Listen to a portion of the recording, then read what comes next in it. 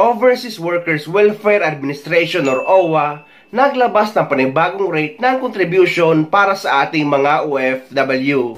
Na dating 1,429.75 pero ngayon as of January 2025 ay 1,461.25 pesos na. At para makapag-renew kayo ng inyong OWA membership ay sumadya kayo sa pinakamalapit na OWA office sa inyo o kaya naman sa OWA sa mga polo office sa ibang bansa. Ipakita nyo lang ang inyong passport, valid visa at ang inyong OEC exemption. Ngunit sa mga nag-change employer ay kailangan nyo magpa-verify ng kontrata para ma-update ang employment information nyo sa OWA. Sa mga ayaw namang magbiyahe para pumunta sa mga OWA office para mag-renew ng kanilang OWA membership, ay pwede naman kayo mag-renew nito through online sa pamamagitan ng OWA app. At sa mga walang idea kung paano mag-renew ng OWA membership sa OWA app, eto guys, meron akong video tutorial. Sa video na ito ay ituturo ko sa inyo kung paano magbayad or mag-renew ng inyong OWA membership gamit ang OWA app. Napakarami nga nagko-comment sa comment section na hindi daw nila ma-open ang kanilang OWA app kahit yung bagong app na ang na-download nila. Pero sa akin guys ay na-open ko naman. At eto nga, ituturo ko sa inyo kung paano mag-renew dito. So, itry nyo lang guys, i-open ulit ang inyong OWA app kapag hindi nyo pa rin na-open sa ngayon. Dahil marami rin nagre-reklamo tungkol dito na parehong sitwasyon. Meaning, nasa app ang problema, hindi sa account nyo. Pero sa ngayon ay ituturo ko muna sa inyo kung paano mag-renew ng OWA membership gamit ang OWA app.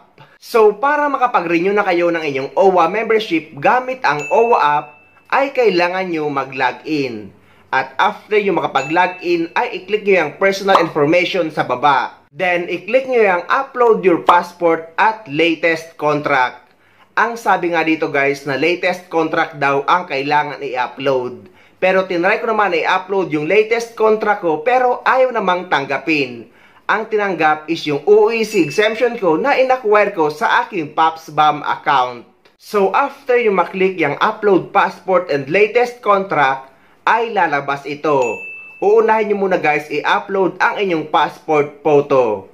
Pwede kayo dyan sa open camera kung hawak nyo mismo ang passport nyo.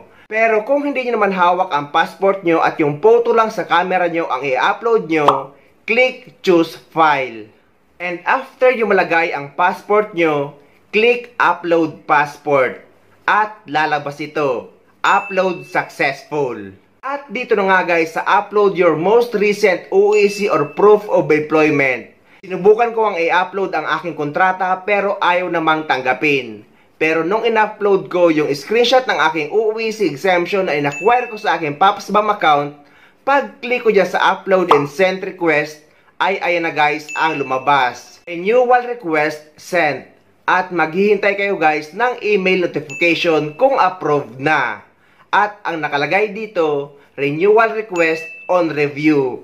At hinayaan ko nga guys ng isang araw at after 1 day, nung tinignan ko ang aking email address, ay may email nga ang OWA. At ang sabi ay approved na yung request ko at pwede na ako makapag-renew gamit ang OWA mobile application. Then, nag-login na ulit ako sa aking OWA app. At para makapag-renew na tayo ng ating OWA membership, ay i-click nyo yung personal information sa baba. At dito naman guys, ay i-click nyo yung renew membership here. At lalabas ito. Click accept. At may nakanote dito guys na after nyo makapag-renew ng inyong OWA membership gamit ang OWA app, ay magre-reflect lang ito after ng 3 working days. So maghihintay kayo guys ng 3 working days after yung makapag-renew online. After nyo maklik ang accept ay eto ang lalabas. I-scroll nyo lang at i-click nyo yung contract duration. At 24 months lang naman ang pagpipilian dyan dahil ang OWA membership natin mga OFW ay valid for 2 years. At i-click nyo yung job site at ilalagay nyo ang bansa kung saan kayo nagtatrabaho. And after that, click submit. At lalabas ito, transaction details. I-click nyo yung payment option. At pili nyo guys ang GCash payment. And after that, scroll nyo, i-click nyo ang small box and click submit. So, ang babayaran natin sa ating OWA membership renewal ay 1,429.75 pesos. Naging 1,459.75 pesos lang dahil sa transaction fee. At after nyo maklik ang submit, ay lalabas ito. I-click nyo yung payment method. I-click nyo yung GCash and click proceed. Then lalabas ito, click OK. At ang sabi dito, please wait. We processing your request. And after that, ilalagay nyo na ngayon or maglalagin na kayo sa inyong GCash account. At ilalagay nyo na ngayon ang inyong GCash number. And after that, click next. Ang kagandahan dito guys is yung phone na gamit ko kahit hindi doon nakalagin ang GCash account ko ay nakapag-renew pa rin ako ng OWA membership. Meaning guys ay pwede gamitin ang GCash account ng ibang tao or ng kamag-anak nyo kung wala kayong GCash. So after nyo maklik yung next ay nag-send daw sila sa inyo ng code. And after na matanggap nyo ang code at malagay nyo, click next. At lalabas ito. I-click nyo yung pay. At hintay nyo lang guys yung 9 seconds na redirecting to merchant. And after 9 seconds ay eto na ang lalabas. Your transaction is successful. At may marireceive din kayong email at ganun din ang sabi. Your transaction is successful. At nakapagbayad ka na nga at nakapag-renew ka na ng iyong OWA membership online. Dahil nga may ginawa akong video kung paano mag-renew ng OWA membership gamit ang OWA app at nabanggit ko doon na maghihintay ng 3 working days bago mag-reflect ang payment at maging active muli ang status nyo. Pero ngayon guys, kinabukasan lang ay chinek ko ang aking OWA app at active na muli ang OWA status ko. At para makita nyo ang record ng mga binayaran nyo sa OWA, ay i-click nyo yung payment history sa taas. At eto guys, nakapagbayad ako ng September 24, 2024. At mai-expire ang bagong OWA membership ko sa September 24, 2026. At dito nyo guys makikita ang validity ng inyong OWA membership.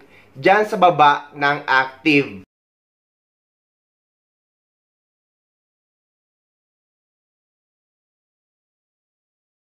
Para naman sa mga OFW na walang oras na pumunta sa Polo Office at hindi rin nakauwi sa Pilipinas, ngunit kailangan na mag-renew ng kanilang OWA membership. Huwag kayong mag-alala guys dahil pwede na kayong magpa-renew ng inyong OWA membership sa kamag-anak nyo sa Pilipinas. Paano? Eto. Yung mga OFW natin na gustong magpabayad, yung mga walang panahon pumunta sa embassy para personal na magbabayad at gusto nilang i-renew ang kanilang OWA membership, eto lang po ang requirement, simpleng-simple lang.